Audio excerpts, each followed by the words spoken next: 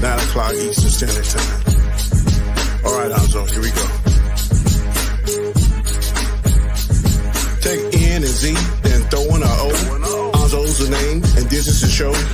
It don't matter what the haters say, cause everybody knows at the end of the day, the Khaos List comes on Tuesday nights. Describe it in word, dynamite. He brings fire to all the masses. He rocks a hoodie, a snapback, and a pair of glasses. Khaos List, the second show of the week.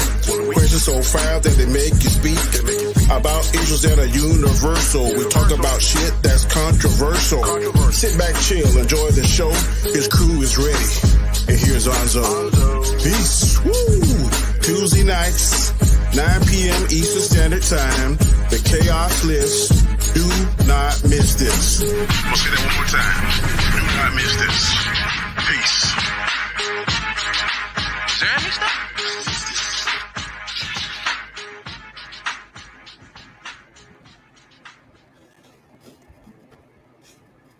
Boomer! God. Boomer! Damn it. Boomer! Shit. Fucked up. Fucked up. What's up, people? What is going on? Welcome to another episode of the Khaos List.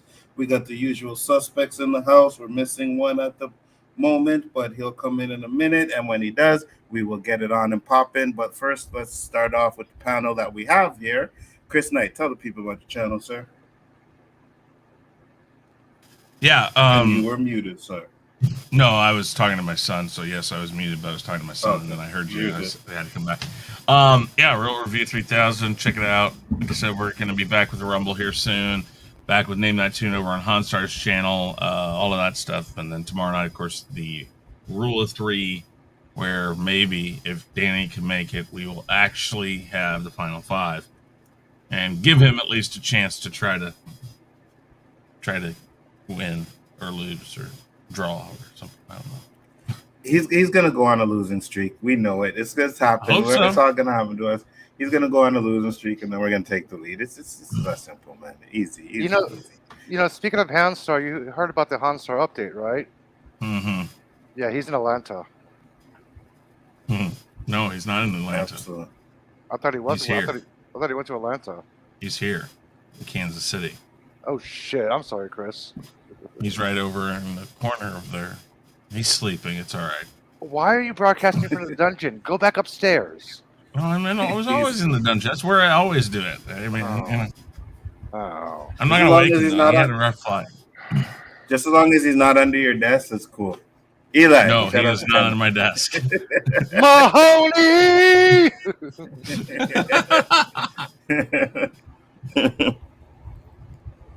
Yeah. Shout out your channel, Eli. Yeah. By the way, I wanted to say it's not an Anzo show unless Anzo Boom or something. Yeah. I'm number one. Hey, cool. I have a science show on my YouTube thing.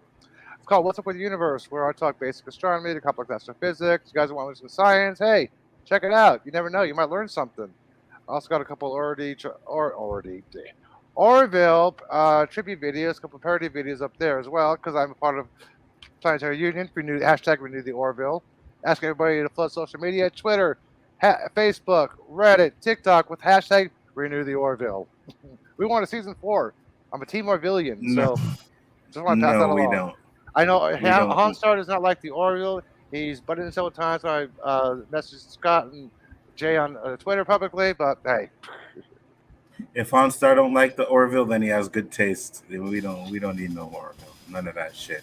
I want to shout out to the people in the chat real quick. What? You froze for a second. Oh, did I? Okay. We got Dandelion Fluff in the house. We got Mads Mama Bear.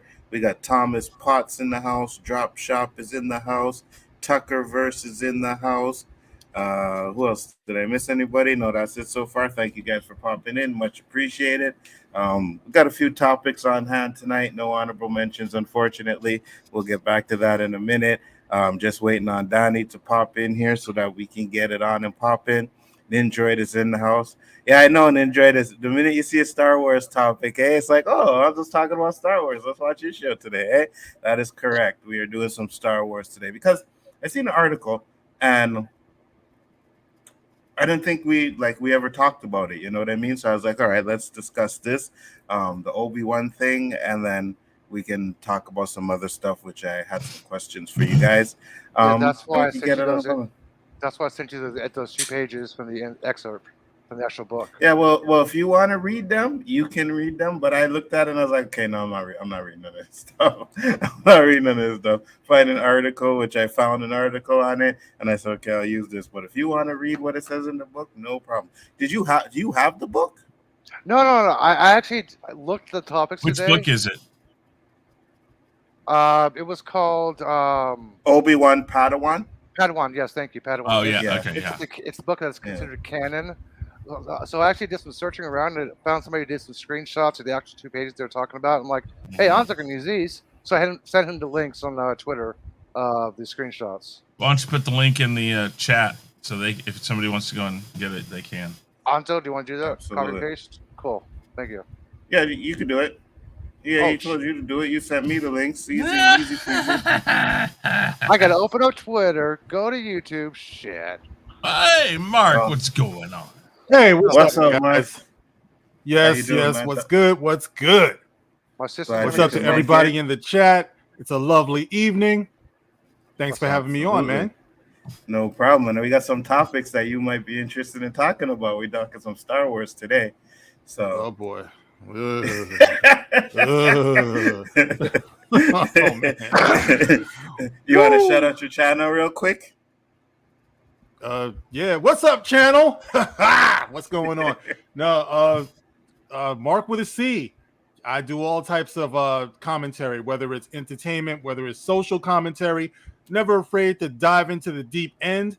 You know, just encouraging conversation and talking, you know, back and forth. My word doesn't have to be law or anything. You know, people come into the comment, you know you're wrong. Okay, well, break it down to me. Let's talk, you know. But See, that's what the where you're channel is all wrong. about. That's where you're wrong, Mark. That's where you have to be serious with the people you talk to and say, fuck all y'all bitches. I'm right. You're wrong. Fuck you. And when you do that, they don't question you. They just count you as crazy and write you off and don't talk to you again. Not that I know that from experience, but I'm just saying. Believe me, I have my moments where I have to shut it down because, you know, I try to be as clear and concise as possible when I'm making my points and everything. But, you know, there are those people out there who just love to be contrarian, or they'll just read the title or they'll see the thumbnail and they'll just go totally based on that without even listening to what you actually said. And that's when you got to get in that ass. You know what I mean? But other than that, it's a very nice channel that I run and respectful. And, you know, yeah, come on by and check it out. Absolutely. And guys, if you aren't sub to it, make sure you do, man, because it's a great channel. Got some fire topics over there and videos. It is what it is. You know what I mean? And we all have different perspectives and we all don't agree on all kinds of things. But at the end of the day, you know, we take each other points and be like, yeah, that makes sense. You know, it is what it is. You know what? Can I just break something down real quick? Because Dandelion Fluff is wondering if I have air conditioning or if I'm just being specific about the spelling of his name. Well, it's definitely about the spelling of my name. And the reason why the damn it is there today is because I had to correct like 3 people. Like, this is my life. You know, like, people don't think there's actually an alternate way of spelling Mark. It's always got to be M-A-R-K. So at this point, I'm just like, Mark with a C, damn it, you know? So that's all that is. You guys never watched V or Bryan Singer? His character's name was Mark. That's right. M-A-R-C. Come on. Great show, Yeah, by the way. it can be spelled like that. Absolutely, 100%. So I don't know when Donnie is coming in, but we'll get into the first topic. And the first topic, I don't know if you guys talked about this already, but we haven't really talked about it. But it was, did Star Wars just make Obi-Wan Kenobi bisexual? Now, I'm not going to read the article or anything, but supposedly there's an insert in the book where he basically questions about, you know, being with men and stuff like that. So what are you guys' thoughts about this? We'll start off with you, Mark. I think it's a sad, sad sign of the times, because here this character has been around for how long? Nobody was wondering about Obi-Wan Kenobi's sexuality. You know, even if you speculated about that, okay, you speculated, but to try to make this canon at this point is nothing but a sick sign of the times, because this is what they're doing with everything right now. It would only be stunning and brave if nobody else were doing it, but at this point, it's a gimmick. You know what I'm saying? And this is Star Wars, man. It's like no one is concerned with this. So I think it's sad. It's just sad, man. Absolutely. What do you think, Eli? Who the fuck cares? He's a fictional character. A Futurama. Bender's a bisexual robot. Nobody says shit about that. Come on. Mm-hmm. Okay, if you guys want to go devil's advocate, he's a Jedi. He was taken from his family as a young child. Jedi has no attachments, no relationships. He's curious about something now. Okay, so what? The guy's never had experience with a girlfriend or a boyfriend. All he had was his master and other Padawans. No romantic relationships whatsoever. So the guy's actually trying to think about it now. Proud for him, okay? He's getting horny. Let the old man get horny. Besides, who the fuck cares? He's a fictional character. I don't care if he's gay. I don't care if he's bisexual. If I was in the military, I wouldn't care if my mate was gay or bi. He's got my six. He's a fucking master of a Jedi. He's got everybody's six. Who cares? That's what I say about this. Mm-hmm. And Chris? Well, whatever they try to do, they've kind of done what Disney likes to do. They forget about stuff that they've already said was canon and kind of fucked with things.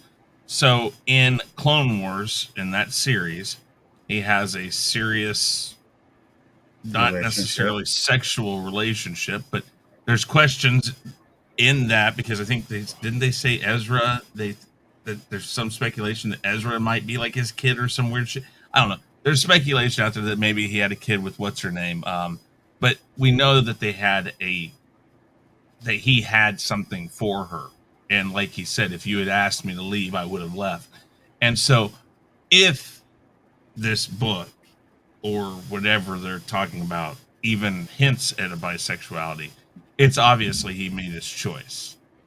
So I don't know. I think Mark's right. It just sits on there like what who cares anymore, because you're not making it anything special. You're basically taking something that when we were starting to accept it in the world, those people who didn't have a problem with it anyways. You know, if you're not bisexual, who cares? You know, I don't care. I don't care if you are. Go ahead, be that.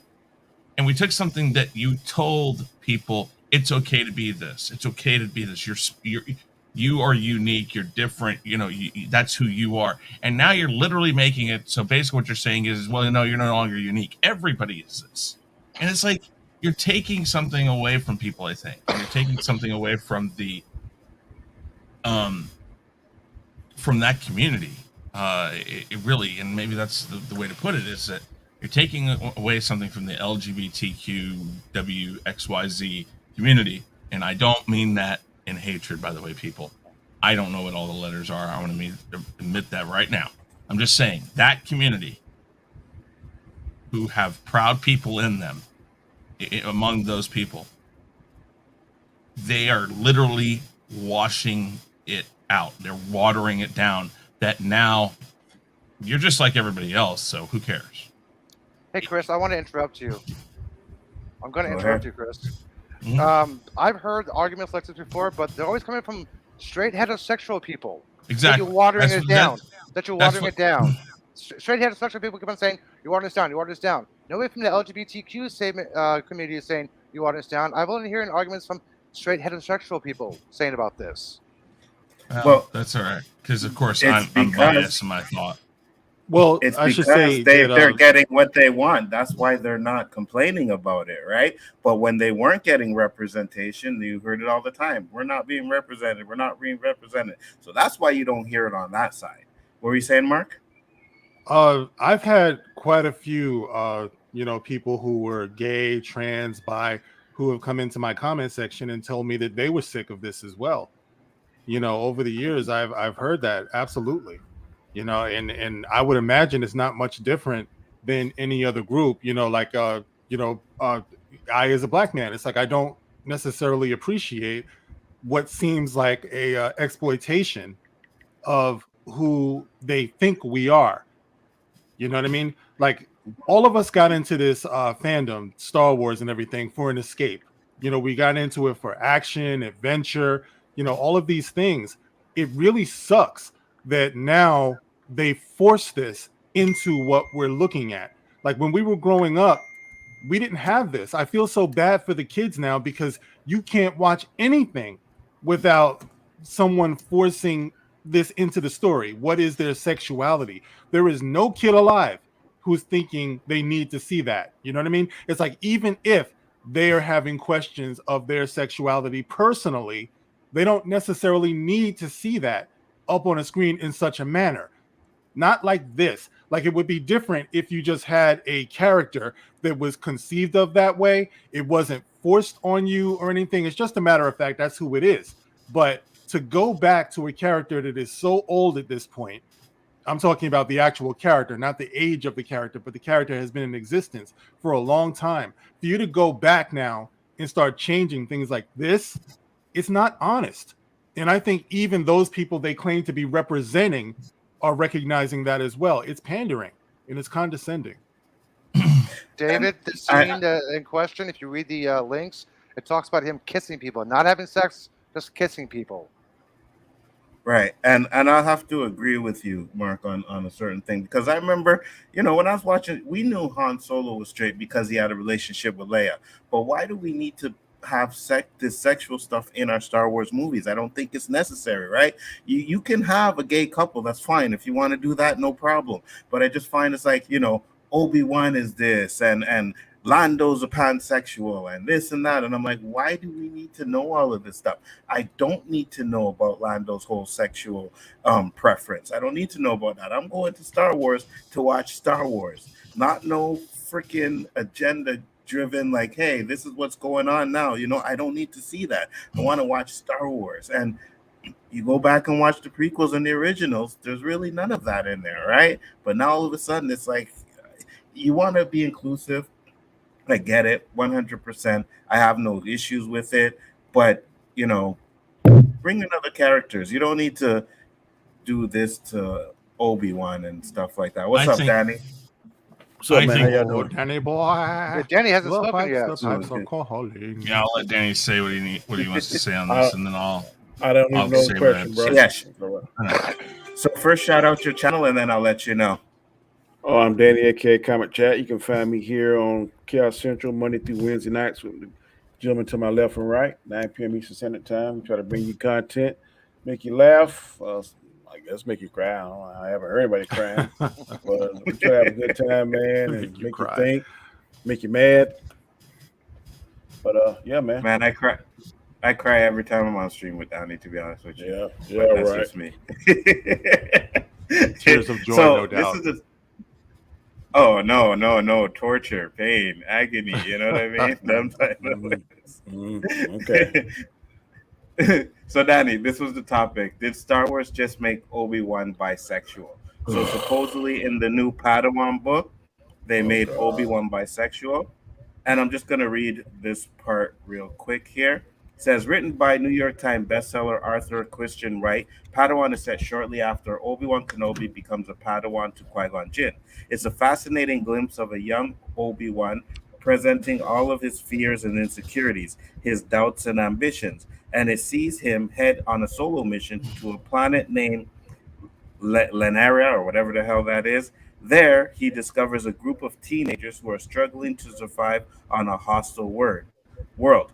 And he finds himself bonding with them. One conversation with a teenager named Kajol, who presents as him, prompts Obi-Wan to consider his sexuality. Now, first off, I'm sorry, but do we need to have the pronouns in Star Wars, though? No, do we need that? We don't. Absolutely. You know not. what I'm saying? Like, we don't need that. Like, what we're doing is we're taking a movie or a franchise that's in a galaxy far, far away and bringing them into real world. And we're going away to watch something that has nothing to do with the real world. So I don't believe we need pronouns in there. But what are your thoughts, Danny? I hate to say stuff on this because no matter how you choose your words, somebody's gonna say, "Oh, he's this, he's that." Mm-hmm. But first of all, if you want to do whatever you want to do in the privacy of your home or wherever you at, I don't care. Just don't try to shove it down my throat. And it is a certain way it can be perceived as hypocritical, and I'll explain how it is. Okay, it's not necessary that I had to see someone that looks like me be a superhero, such as Black Panther, but I ain't mad at it. I ain't hating it, and I'm cheering for it. I want to see more of it. So I'm assuming that same thought pattern, people that have certain lifestyles, I guess, want to see themselves represented. I don't know. I'm just saying it's not necessary for me to see myself represented, but at the same time, I'm not mad at it. I'm proud of it. Black Panther was one of the movies that when I went to in my profession, every Black family, I say this several times, I went to during the time when it first came out, those first 6 months, that conversation came up. Having said that, that's not being forced down people's throat. Movies don't have to have blacks in all the time or that kind of stuff. But it seems like any movie, whatever genre, whatever race it is, seems like it's getting shoved down people's throat. You can't turn on the TV commercial, you don't see this get shoved down people's throat. I was just watching a movie that, like I told you, I thought the Sandman was an excellent series, but everybody on there, just about same sex and this kind of stuff. So I mean, like this getting shoved down people's throat, and I don't like for something to be shoved down my throat. And I think agree it's with you about 100%. the difference is exploitation. You know what I mean? If the difference is exploitation, if it feels like it's being exploited, then I don't have much value for it. And I think more people are speaking about that, you know, because it's pretty obvious. I think even kids can see that. If it's not honest and it's not something that flows naturally with the story, then just about everybody is going to reject it. You know, that's the difference that it makes. If it's something that is honest and makes sense, no one's going to have a problem with it. You know what I noticed?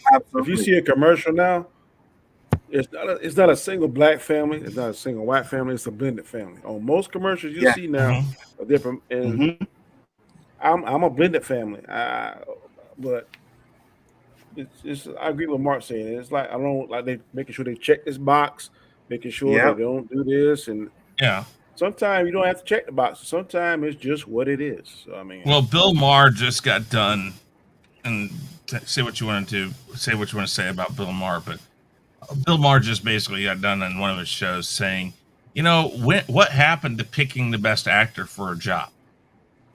What I mean, used to be, and I know I'm not going to say that, you know, there hasn't been discrepancies in the past or whatnot, but literally, you know, if you have let's say you have a Black character who in the script is a bi character also, that doesn't mean you have to go find a bi Black male. You can look for the best actor, and that actor is an actor. He should be able to play that part. I think, you know, and Danny mentioned Black Panther. It's like, well, the Black Panther character, if they had, let's say, not made him Black, then that's a problem. But so it's expected. That's an expected thing. But taking Obi-Wan, who anybody who's been a fan for years would say that, hold on, Elijah. Yeah, I know. Any fan of Obi-Wan since the original trilogy would have said, if you had asked them in a poll before this book came out, ask anybody, LGBTQ, any of these people, they would have said, no, he is not a bisexual male. So what they did is they took a character that already has a very well-established line of character, and they literally wasted space on paper to change that character in this book when it wasn't necessary.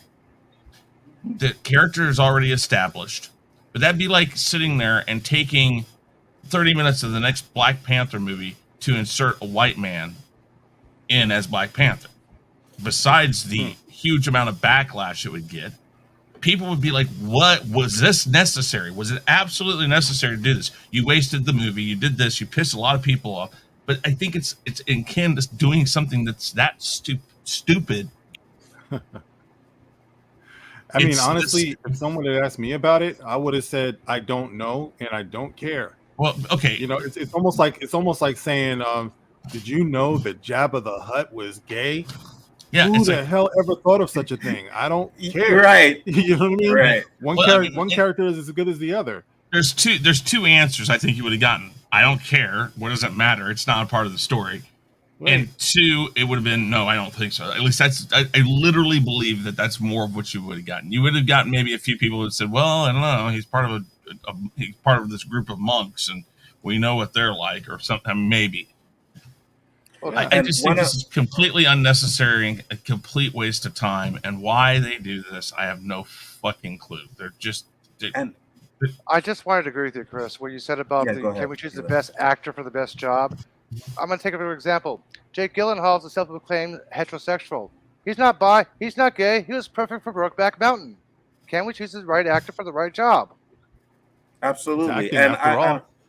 right. And I'm agree with Mark because when it's not forced, I don't have an issue with it. I watched the Chucky series on it was fire. The lead character was gay, and it was fine. I had no issues with it whatsoever. But it's like when it feels like you're just doing it to do it, that's when I have an issue with it. You know what I mean? Like, who needed to know that Orlando was pansexual? Did we need to know that? You know what I mean? Like, we didn't need to know that. But sure enough, article comes out, hey, Orlando's pansexual. Now we have this. Obi-Wan may be bisexual.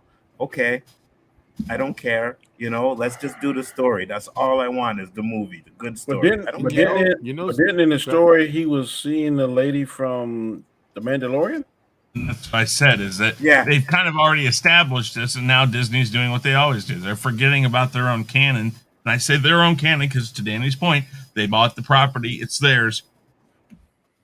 So we already know the outcome of this. We already know where he goes down this line. But making him bisexual doesn't really change the story, right? Because you go with man and women, right? But they're only doing that because now they want to add that extra dynamic to his character, which, why? You know what? Why? It makes the audience just stupid anyway, because you know what? I've watched a lot of older movies and TV shows, black and whites and, stuff from the 60s and stuff. And, they had this concept where things tended to be implied more because back then you just couldn't just say stuff. You couldn't just put it out there a lot of times. So it challenged their writers to be a little bit more subtle and suggestive. Mm-hmm. And they trusted their audience to be smart enough to put it together. Like today. Baby. Okay, beautiful example. So now everything's got to be spoon-fed. Remember, let's say not even that far back. Let's say Xena, Warrior Princess. There's always been this thing about Xena and Gabrielle for people who used to watch that. They never spelled it out on the show. You know what I mean? They didn't have to. But obviously, these two women were very close. They trusted each other. They loved each other, whether it was a very close friendship, whether they were lovers. Well, that's up to the viewer. It could be whatever you want it to be. Mm-hmm. You know what I'm saying? Open-ended is not wrong. Open-ended is not wrong. That is absolutely the best way because, again, that goes back to how comics used to be written. Comics weren't written to make you identify with it. They were written for you to identify. It's like you read a comic and then you saw yourself in that comic book character, and then you gravitated to that comic book. So it didn't matter what you were. It didn't matter if you were gay, straight, whatever. If you gravitated to that character, it meant you saw parts of yourself in a character. And now it's written the other way around. No, we're going to write your character. And that's why comic books have gone down. That's why movies have gone down. It's because they're telling you, no, this is what you should like. This is the person you should associate with, or this is the person that represents you, instead of letting you pick who represents you best. Are you saying that Stan Lee's creation of Daredevil was his total fabrication? Then it was basically for just the money, not for the people. Because Daredevil, when he created Daredevil, he wanted to make it for the people. It's like, hey, it's something you can relate. It's something you can relate to. I mean, yes, Daredevil's blind. I guess that goes to it, but I don't think he necessarily. I mean, there are people who like Daredevil who aren't blind, who like because Matt Murdock's character, or I think if you were blind, you probably have no idea what Daredevil really is. Well, they have Braille comics. They are Braille comics. My point here is that if you identify with the characteristics of that person, of that alter ego, and it doesn't necessarily mean you have to be blind. Maybe you gravitate to the fact that he's all about truth and justice or this and that. I mean, it's whoever. And that he's overcoming something. Blindness exactly. is something, it could be anything, but you're challenged or you're inspired by the fact that he doesn't let that stop him. Exactly. It's kind of like on the news. I saw the story of this girl who got her arm like bit off by a shark, and she's still competing as a surfer. You know what I mean? And I just thought that was the best thing in the world. Here she was maimed, and people told her it was over for her, and she got right back out there on that surfboard and did what she had to do. I am not a surfer. I'm not a blonde white girl, who's missing an arm, but I just love the fact that she was like that. You know what I mean? And I could take that into who I am. Wow, if that didn't stop you make her, yourself better. Exactly. Yes, exactly what you're saying right there. Do you think that Handyman inspired people off of Living Color? Sure. Absolutely. Never underestimate who can hate that. Never underestimate the power of the handicap. That stuck with me. Okay, so let me tell a story here of a friend of mine who was talking about that one of their cousins was mentally handicapped. We'll use that word, not the R word that they used. But so back in the day, this friend of mine and their brother would go over to the house because cousins, aunts, uncles, all that stuff. They would have family gatherings, and I can't remember exactly what it was, but they would ask this person things, and they knew the specific answer, but they get all like all that. They get really excited. Now, on one hand, people would say, "Well, you were playing with them, you were messing with this person, and that's horrible." And I'm like, "Yeah," but on the other hand, this person felt like they were accepted, that these people were interacting with them, and they were happy that they could interact with this family member or whatever. If they don't act mad about it and they're happy to be there in that moment, you're going to take it away from them because you're assuming that they're hurt by this, and so there's situations like that this is an assumption. This is assumption by Disney or by Lucasfilm to say, well, we need to make this loved character. We have to identify this character now. And it was never necessary. So they are doing all this assumption without ever asking the fans, do you want this? Do you need this? Yeah. So we have another we have another thing that I think Mark posted this one too, and I was like, okay, let me talk about this too. So I'm gonna show this real quick. Let me make a comment. It says, yeah, go ahead, Donnie. I know you don't like Orville, but I'm telling you, man, they cover these social issues very well on the Orville. When I watched season 2, they do like reverse because one of the characters on there is like all males. And the alien thing there, and they cover how the race, how they are racist against females and all this kind of stuff. I think it's very well written, and it doesn't show it in a way or portray it in a way that shows it down your throat.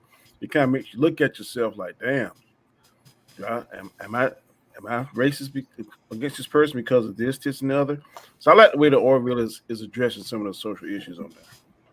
The Orville is among, like, it's got to be, like sci-fi elite at this point. What they've accomplished in these 3 seasons, like, it started off goofy and everything, but even then it shows some signs of, you knew you had to stick around to see where they were going with it. But definitely by mid-season 2, you started to see they're not playing. This is not just satire or spoof at this point.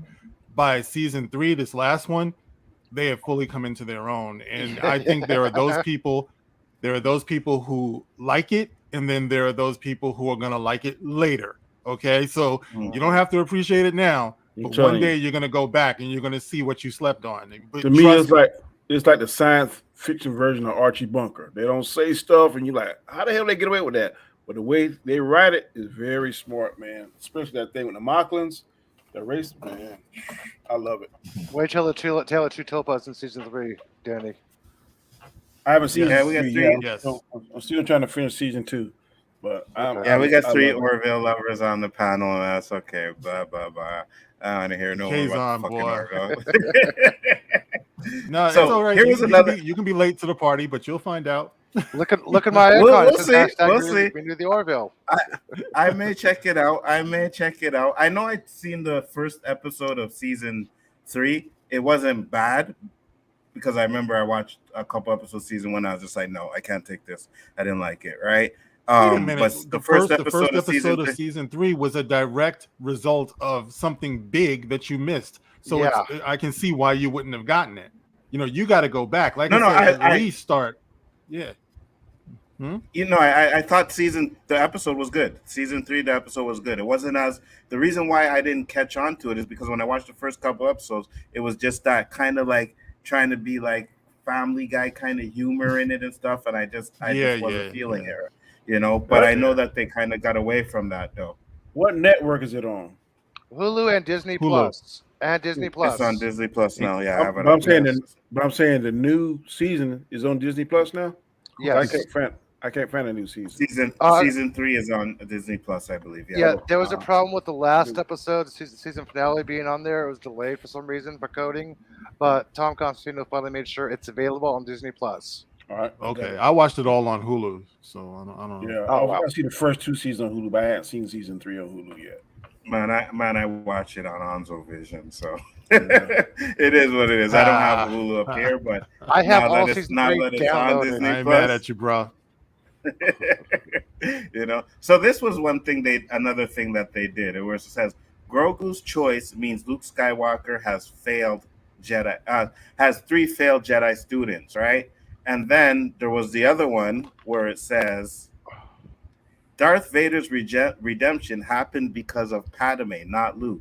Star Wars comics have hinted Luke Skywalker was only part of the process in redeeming Darth Vader. Did Padme Amidala play a role as well? Now, I didn't read the article or anything like that because I really don't want to, because you know what we saw, right? I know 2 of the students. Who's supposed to be the 3rd student he failed?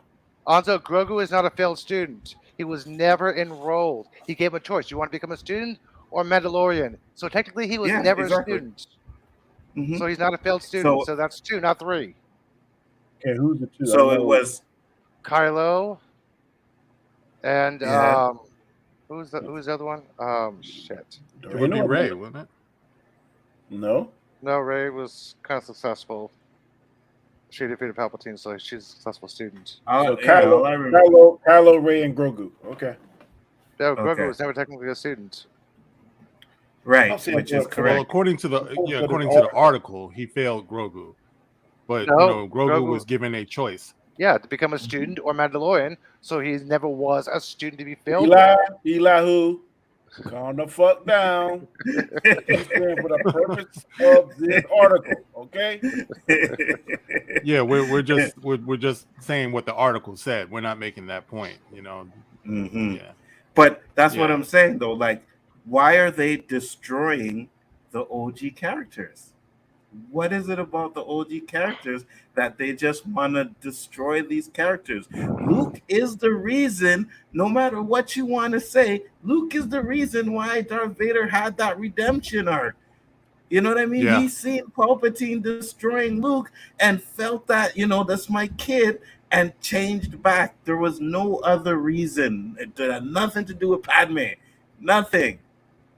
Well, I mean, Absolutely. Padme obviously was Luke's mother. So, yeah, okay, she played a role in the process for sure, And I like to think that when Padme was dying and she says to Obi-Wan, there's still good in him, you realize her last words were probably the first words that Luke ever heard in his life.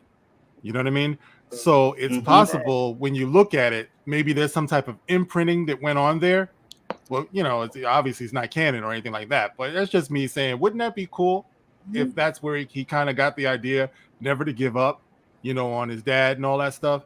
So, I mean, you never know, but obviously Luke was the factor that led to Darth Vader coming back from the dark side.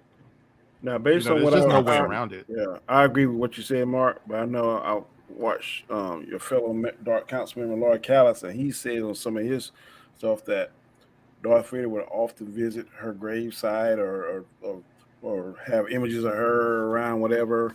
I guess in secret because he knows if the Emperor ever got hold of that shit, he'd be in trouble. So I think that she stayed on his mind in some aspects, and that he maybe went to places that they frequent a lot. So I guess that was actually presented in a comic, right? Like it might have also been in some of the novels. I'm not sure. You know, Khaos knows better than I do with that. But I know I did cover a story where they were talking about that. There was a mini series where Darth Vader was reminiscing a lot. And I never liked that concept. You know, I always like to think that once he turned to the dark side and he became Darth Vader, that he really was more machine than man. You know, and he was lost in the dark side. He was being tortured by that costume he was wearing, you know, that imprisonment. So I never liked the idea that he was in touch with his Anakin side all of those times, because I mean, a human being is going to say to himself eventually, would Padme be proud of me right now? All of these people that I'm killing, you know, at some point he would have been like, this is not the way, you know, no pun intended for the Mandalorian, but I'm just saying, you know, realistically speaking, you can't keep reminiscing about your lost love without realizing you would be a disappointment, and you know, you need to change your ways. You know what I'm saying? Yeah, that makes sense. So I never bought that. And I agree with you too. I prefer, like, once Darth Vader turned to the dark side, it was like everything in his past life was his past life. He didn't think about Padme, nothing like that. You know what I mean? Because yeah, there was still good in him, but he was so corrupted by the dark side that it really took Luke almost dying for him to actually change, you know? So I like that aspect of it. But now it's like, you know, oh, Padme had something to do with it and this and that. I'm like, nah, I don't buy that. Well, he always had that hatred, and for Obi-Wan, that's his past, and he was always, how many years? He said these 5 years he was looking for Obi-Wan.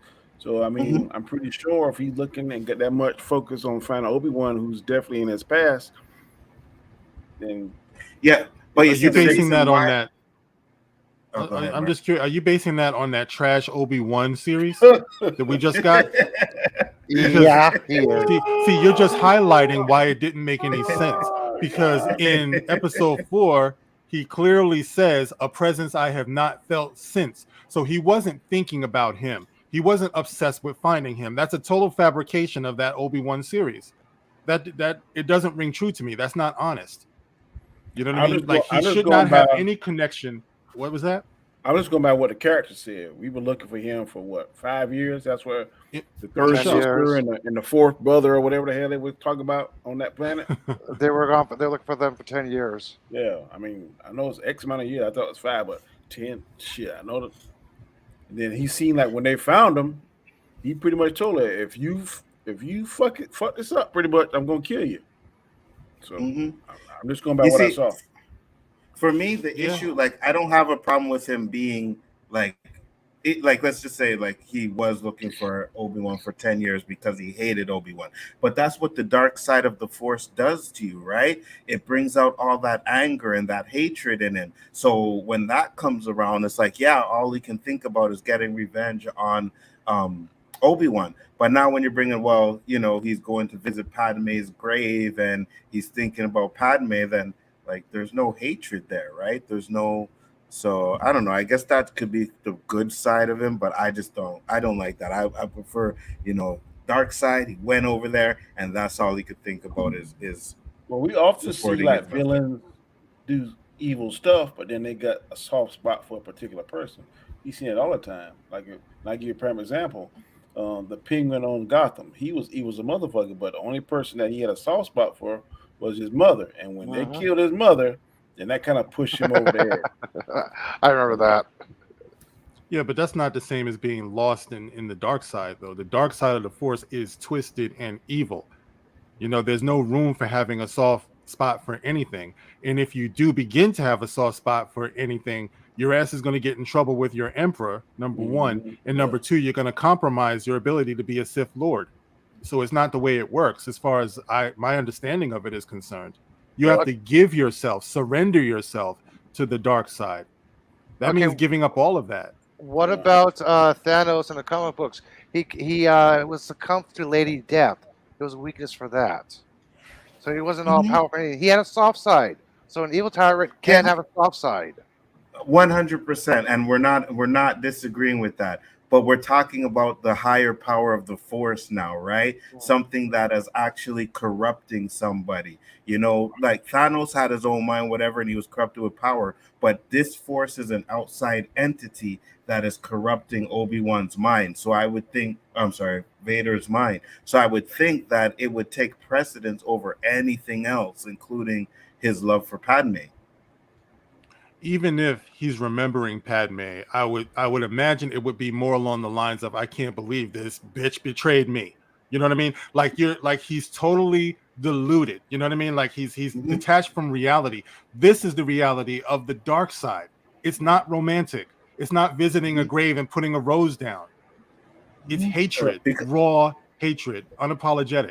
I agree with that, but I think I've read books. You might want to talk with Khaos, but people have gone to the dark side and then made their way back to the light side. If I'm not mistaken, there's a book where Luke's tested the dark side to see whether or not it was as strong as the light side, and he was able to come back because based on what they tell us now, like I'm saying, I'm kind of putting two and two together. Yoda dabbled in the dark side. Yes, I was going to say that. He was able to control it. And then, of course, they say Mace Windu. He uses the dark side and he's able to control it, and he kind of throws it back at you. So I think there are some light users, or light side users, that can kind of dabble in it and not totally be consumed by it. And then if you are consumed by it, then there is a way for a redemption arc for you to come back to the light side. So I don't think that being a Sith Lord is absolute. And we saw his redemption through his son. Yeah. That's the that was his way back. So it's not a matter of there isn't any way back, but when you're lost, you're lost. There is no halfway. It's like Mobb Deep. Ain't no such thing as halfway crooks. It's like, if you're going to transition from the dark to the light, then you're going to do that.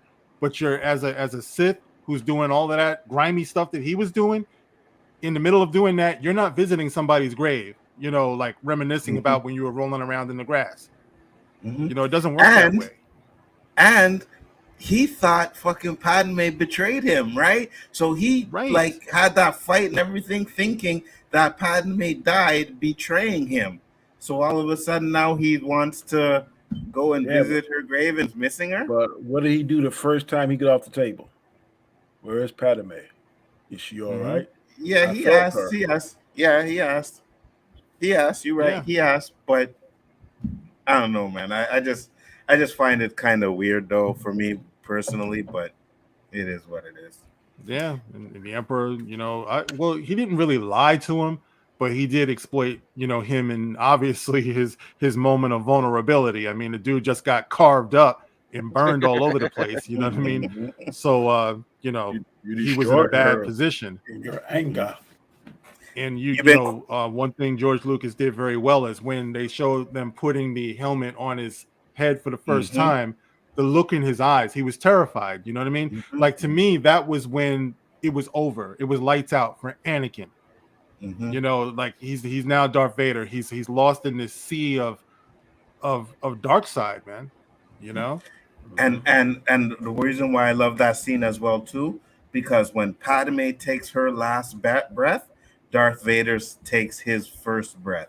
You know what I mean? So I love that part in that scene. So I'm just like, I don't know, man. I just find that for some reason Disney Star Wars has it out for the prequels and the original trilogy and the characters in there, and instead of honoring them, they're trying to destroy them. And I don't like that at all. Well, those who can't build destroy. And that's what we've been seeing, ever since Disney picked it up.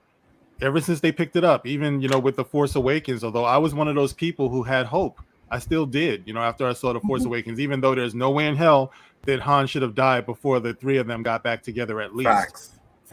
Hey, but, sorry, go ahead. Go ahead, Mark. Go ahead. Yeah, but I'm just saying, the insults just kept coming after that point. Obviously what we saw in The Last Jedi, I mean, everything was just a betrayal of everything that I thought we were going to get when they said they were going to resume with Star Wars in the movies. I expected something like just like magnificent, but instead what I got was a feeling that I was being spit on as a longtime fan. You know, and it's not because I just went in there wanting to hate it. They got my money. You know, I gave them my money for The Force Awakens. I gave them my money for The Last Jedi. And all they did was insult me and everything that I loved. So tell you what, the leak plots was awesome. I can tell you that. Anzo, I was gonna say, isn't Yeah, that go a ahead. good segue for question number 2? What's that? Isn't Mark's statement a good segue for question number 2? Yeah, but we'll get into that in a second because I Oh. wanted to say this.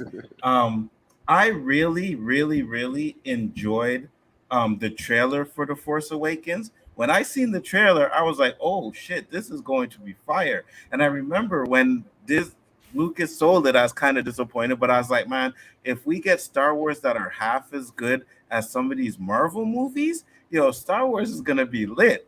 And it wasn't. right. It was not lit at all. Well, They you know made what? Venom- They'll fool you on trailers because if you look at Rise of Skywalker, Yeah.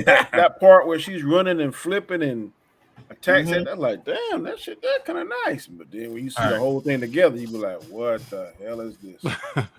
Yeah.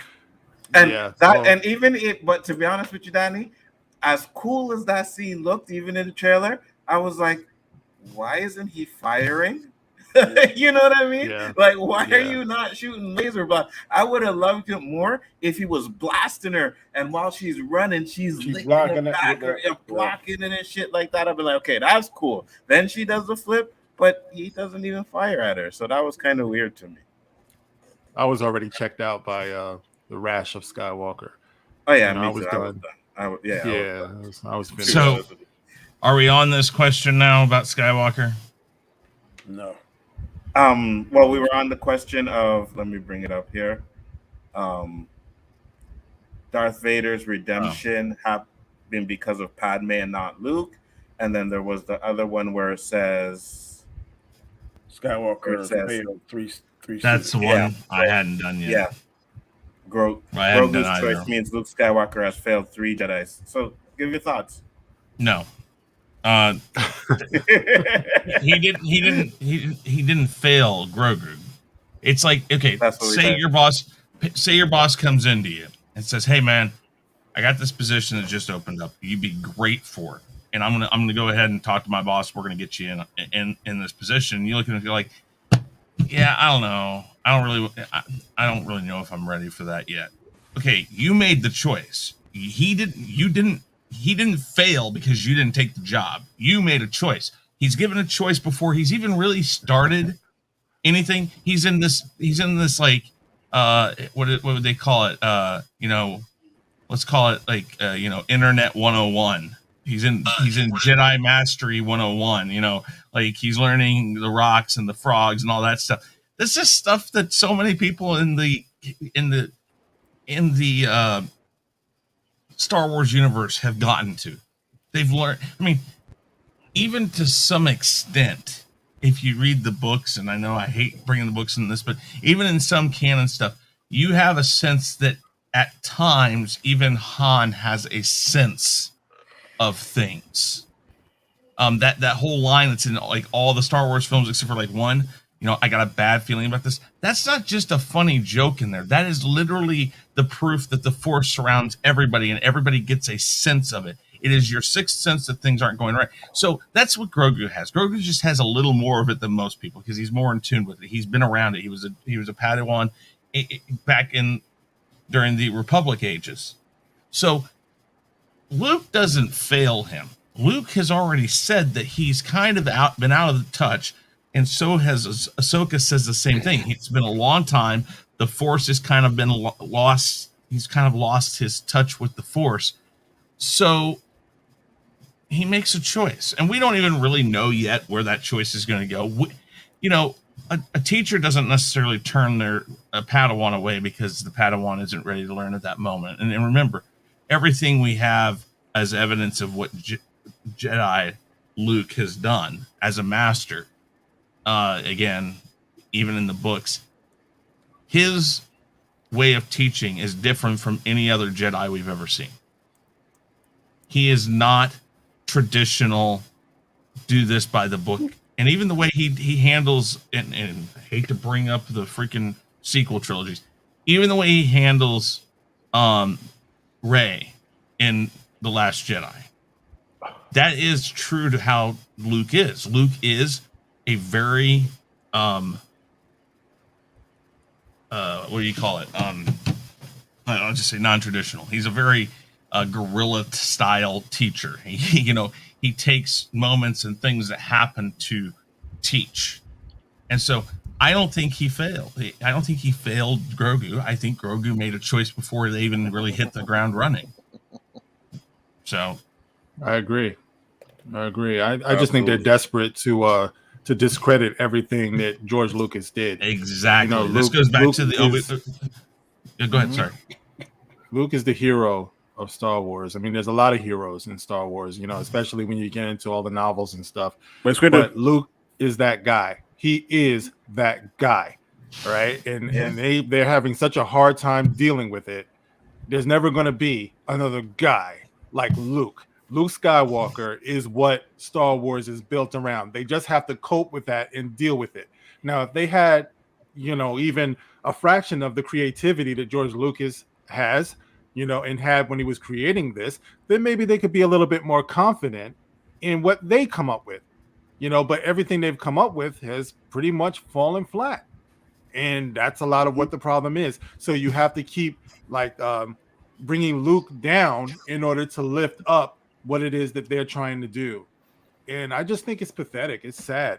No, Luke didn't fail. He didn't fail, with Grogu or what is it, Rey or Kylo. It's like we don't even know what that thing was with Kylo. I don't understand why he even turned. He just wanted to. Luke even said he failed. Quote, "I failed." Yeah, but no. Listen, a personal belief. You're your hardest critic. He's going to take that to heart. He's going to take that personally. Anything like that, he's going to take personally. That's Luke's character. Luke takes it a little more on the shoulder than most people. He doesn't push things off that much. He takes himself and holds himself personally accountable for a lot of things. He even tells Obi-Wan and he tells Yoda, I mean, I'm the one that messed this up because I went when you told me to stay. He is a only child farm boy that learned that when things went wrong and he was around it, hey, you need to do this. You need to pay more attention. I mean, Owen was hard on him, especially through his teenage years.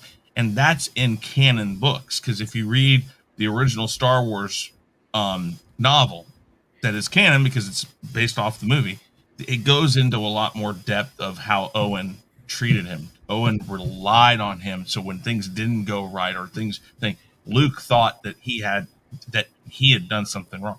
Luke just takes things and blames himself for things. Even when, truth be told, Kylo made a choice too. It's a choice, and a teacher cannot make the choice for you. You have to make that choice. It's a human thing to do. It's a human thing to say. If you mean that he said I failed, he said that to Kylo, right? Well, he says to Rey. Yeah, he says it to Rey, but he says it to Rey that he failed Kylo. Is that what he's saying? Yes. Yeah. I mean, like I said, it's a human thing to say. Obi-Wan said, "I'm sorry" to Anakin. I failed you. Mm-hmm. I couldn't be what you needed me to be. It doesn't mean that I just failed, like I'm a failure. But I mean, look, if you've ever been in a relationship that didn't work out, sometimes you say to that other person, "I'm sorry. I'm sorry we couldn't work this thing out. I'm sorry that I couldn't be what you wanted me to be." I've been in positions like that, when relationships end or when things don't work out the way that you want them to. Look, you can try your best. You did everything that you could, but we just couldn't do this for each other, And to me, it's the same. If Luke is saying that I failed, to me, it's kind of that thing. I couldn't be what you wanted me to be. Obviously, something went wrong somewhere because here you are, leaving. Although the Grogu thing to me is that's cheap. But even Kylo, that was such a badly written character that it doesn't even make sense to me. Like, I can't even build on that. Like, what do you do with something like that? You're Kylo Ren. You're the son of Han Solo. Leia and the nephew of Luke, and they gave us no real reason why he would have wanted to embrace the dark side. He was communicating with the ghost of Darth Vader, which made no sense Which unless technically doesn't even exist because he's been redeemed, so he's now Anakin Skywalker again. So what is this? It's like he made up a spirit so he could like talk to it. I think they I were don't know. trying to imply somehow that Palpatine or Yeah. Snoke or something I was guess manipulating him in that way. Mhm. But even still, it was just way too vague, man. Way too vague. And to boil that down as being a failure on Luke, even though he did say I failed, you know what I mean? It's flimsy. It's just flimsy. And you can't use that as an Absolutely. argument against Luke as a Jedi or a teacher. Absolutely. So here, go ahead, Chris. I'm sorry. I was just gonna say. Plus, let's remember that Luke had no way of knowing how to teach anybody. So I don't know. He was doing it on the fly. So you can't hold him accountable to a choice, and that's what all of these things were. These were choices that the student made. Rey made a choice, Kylo made a choice, and Grogu. They all made choices, and ultimately, a choice. If you're a Jedi, you know that choice comes down to you, not your teacher, not your master. I don't think And he even was, so, I don't think he was doing it on the fly because he was taught by one of the greatest Jedi's of all time. So why? I don't know if he was taught per se. He went through a very accelerated training. So this comment by LB here is absolutely 100% false. Han Solo is not the most overrated character in movie history. I don't know where you're getting that information from, but I know when I was growing up, everybody wanted to be Han Solo. Nobody really wanted to be Luke. We all wanted to be Han Solo. Definitely not overrated. But my second question, I'm just curious go ahead. about that. How would Han Solo, like I like to hear him build upon that. This is the man who came in like right when Luke needed him the most, when he was blowing up the Death Star. Like that just saved the whole damn story. I mean, and saved the galaxy. I'm talking about the galaxy, man. All right. Why would this person now be overrated considering his accomplishment just in that one moment? Okay, you don't have to love the character, but I'm just saying, overrated? I don't know about that now. Definitely not overrated. But here's my second question, and I'm pretty sure I know the answer to this one, but we're going to do it anyways. So, you guys on the panel, you own Star Wars. Now, you can see the future, and you see what Disney Star Wars is going to do with your movies. Do you still sell it for $4 billion? Hell no. Do I? I'll sell it for $8. Okay, so $8 million, you can let them do what they do, right? Fuck yeah, $8 man. billion. Do what the hell you want to do with it. I don't care. I'm counting my money to the bank. Shit, I'll create another one. I'll create another Star Wars. I'll tell you what. $8 billion? I see Danny's 8 and I raise it. You also have to, in this contract, you have to keep me on for the next 15 years as a advisor. And No. You're moving the goalpost. That wasn't what the question was, man. You don't get to do that. He raised the goalpost. I saw the raise and I doubled down. I didn't move the goalpost. I said I would ask for more money. That's moving the goalpost. The goalpost is $4 billion. You can't move it. You moved it. You raised the ante. I then doubled the ante. By the way, LB, I agree with you on that one. Indiana Jones is better. I do agree. Got to give you that. Wait. Hold on. That doesn't make Han Solo better than Star Wars. No, a better character. A better character. Yes, he is a better character than Han Solo. I agree with that. But no, the movies are not better than Star Wars. No. But Indiana Jones, there's more to his character than there is to Han Solo. And Harrison Ford never really liked playing Han Solo because he was more like a one-dimensional character. You can watch interviews, says it all the time. But he loved playing Indiana Jones. The first three Indiana, I give him that fourth one was. Yeah. Oh yeah. The first one was. You know what? Yeah. I won't say that. I mean, I would say it was very, very disappointing. Harrison Ford wanted Han Solo to die, but I think he wanted him to have the right death. I think, Han Solo deserves a certain type of death. This is the guy who, was like, I'll see you in hell, when he was like, you'll freeze out there, on Hoth and everything. Like, this man really stood for something.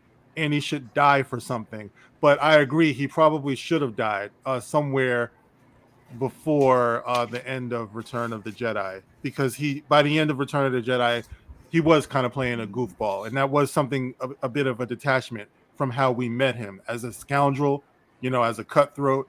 So I totally get it. I do love the character, but I do get that argument. The character did take a beating by the end of Return of the Jedi for sure. Yeah, but I also yeah, go ahead, Donnie. You first. I didn't like it when they made him like, okay, he got kind of civilized and went back to smuggling in the Rise of Skywalker. Yeah, that was bad. That was terrible. Yeah, that was embarrassing. Yeah, Eli, what were you gonna say? Yeah, I wanted to answer your question. Mm-hmm. I would agree with what Lucas did, because if you guys actually break it down, I actually did, and I looked it up. He took about $2.21 billion in cash, 37.76 million shares of Disney, which was trading about $210 at the time, which means he made about $7.4 billion, which that's about $10 billion for sales. So this guy did a very smart move by taking the stock option. I would do the exact same fucking thing. Like, give me the stocks. It's Disney. Yeah, if Disney Star Wars is going to make some money, I don't care if people like it or not. It's making money. I'll take stock options. And then he needs to buy more and fucking take over the company. Not to mention he got merchandise and all that merchandising. So yeah. Oh yeah, he still holds a lot of that. Yeah. Good job, George. But it wasn't like he was hurting for cash. I think he was pretty much set for life as it was. Mm-hmm. I'm more of a guy for creative passion and things like that. I don't think I would. It's like I'm already set for life. I'm making money. People are buying the merchandise. It's going to be okay. But what I would not want to see is something that I have been passionate about, something that came from my soul, wrung out the way that this has been wrung out. That would break my heart. Anybody who's created anything, I think, would understand that. You don't want to see somebody fucking up what you've done. It's like those are like your babies. It's like if you have children, you wouldn't want to see the world turn them inside out. You know what I mean? You want to protect them. You feel protective of them. So no, I don't think I would. Especially considering he's already set for life. What was the big deal? You know what I mean? Well, he wanted to spend more time with his family and production, and he gave all the cash from the sales to he could have did that. Education. He could have did that. Nothing was stopping him from doing that. He could You see that right there? That's how many zeros, Daddy. Yeah, how many fucking Like zeros? he didn't have that? No, was he had set no for $4 life. billion. Man. He was set for life. How many lifetimes has he got? You can't take it with you, bro. Right, he didn't have $4 billion, but he was set for life. Great grandchildren live off that. And remember, the key here is you know missed one what zero. they're going to do with this. All 7 right, that was the key. You know what they're going to do to you. Mm-hmm. It's one thing to not know, but knowing, like he didn't know. All right, but we do. So that's what's kind of influencing my answer also. I know that they're going to fuck up my creation and everything that I did. When people talk about Star Wars now, it's a big joke. It's a big virtue signal. It's about, it's doing all of these things I never meant for it to do. Hell no. Knowing that now, I wouldn't do it. Nope. Honestly, I don't even think he would, because he talked about, I sold it to the white slavers. He was on camera saying, this is not mine anymore. I lost control of it. He thought they were going to be consulting him, but they didn't. They threw away all of his suggestions. You think right now he's feeling like if he could go back, he wouldn't change that? I think he would. You see, that was going to be the next question I asked, so keep that in mind too as well. Well, but I it's like $4 billion. That's a lot of money, but I'm already a multi-millionaire, right? Yeah. So what I would have done is, and I think George Lucas actually lost the passion after the fans trashed the prequel so much. You know what I mean? I think that was it may not have been the full issue, but I think that had a lot to do with his reasons for selling it. That too, plus it takes him 10 years to do a trilogy, right? And he's like, I don't know how much longer I'm going to last. What I think he should have done is hired some writers. Say, okay, I'm going to do a new trilogy, right? Write me trilogy, whatever. Take what he did, because when you watch his documentaries and he's doing his movies, they put up a whole board of like aliens and stuff. He just walks up and he says, okay, I like this, I don't like this, change this with that. So he could have did that. He could have probably licensed out, have people, he overseeing it, but you can make my movies, but I'm going to make sure that, right, you know what I mean? I think that's what he should have done more than that way. He could have still got his vision out, say, listen, this is where this trilogy is going. Write it for me. Get 3 different writers to write it. He knows, because George Lucas always knows the start, finish. He knows it's just stuff in the middle may change around or whatever, but he knows where his movies are going. I think he could have done it that way, and he could have got, 3 movies done in 5 years instead of fucking 10 at that point, right? Well, look at James Cameron. Look at James Cameron. How long has it been since we had Avatar 1? We're getting Avatar 2 and 3 in what, 10, another 10 years? I don't know why he took so long to do it, but George Lucas I can understand why it takes him long to do it, right? Because he got to write it, you know what I mean? Then he got to do all the production on it and everything. So if you get the writers to do it, right? Say, okay, this is the story that I want. Get some writers to write it. Give me back in a year, get some other writers to write. There's a reason why when Disney did it in 2 years instead of 3 years, it turned out the way it did. It's not just because of finding writers and stuff. It took 3 years because he took time to look at it and say, okay, is this how I want to do it? And yes, you're right. Some of it would change. But he didn't want to rush that because he knew that it was important. Even if you don't like the prequels that much, he knew that the storytelling was important. And yeah, like I said, the prequels aren't not nearly as well constructed as the original trilogy, I don't think, but they're certainly not Disney sequels. But he said in one of his documentaries that it takes him a year to write a movie, right? To start. It takes him about a year. If you get writers to do it, you can have that knocked out in 6 months. He'd be sitting it back going like, no. And then he'd probably be like, fuck it, I'll do it my damn self. Right. But now you have a blueprint, so you can send it back saying, okay, I like this stuff, change this, this is what I want, you know what I mean? Still probably takes 3 years. That direction, but maybe. I think and to be honest with your question, here's the thing. I would not sell it if Kathleen Kennedy's still there, and I believe that if I did believe that she was supposed to be the right person, I would then know that I need to be in charge of this so I can tell her, head down, Kathleen, down, bad Kathleen. Back Kitty. No. And not only that, but George Lucas doesn't have to do it if he was in control, he doesn't have to do it the way he had to do it back in the 70s and early 80s. Now you have such a vast universe. Yeah, you have such a vast universe of really great material that has been written. I hear people, I didn't read them myself, but I hear people all the time, talking about the novels and stuff. And some of the stories that I've heard, some of the things that have happened there, to me, it was a no-brainer. If you wanted to pick up, a sequel, trilogy or a sequel story, there was a gold mine of stories that they could have gotten into, and all you had to do was consult George. He's already familiar with a lot of this stuff anyway, to make it more honest. These people, they act like you have to start from scratch. That's the way Disney has approached this. I remember Ryan, what's his name? Johnson, talking about at first, because he was talking about his trilogy, right? That's never going to happen. And he's like, I have to sit back and ask myself, what is Star Wars?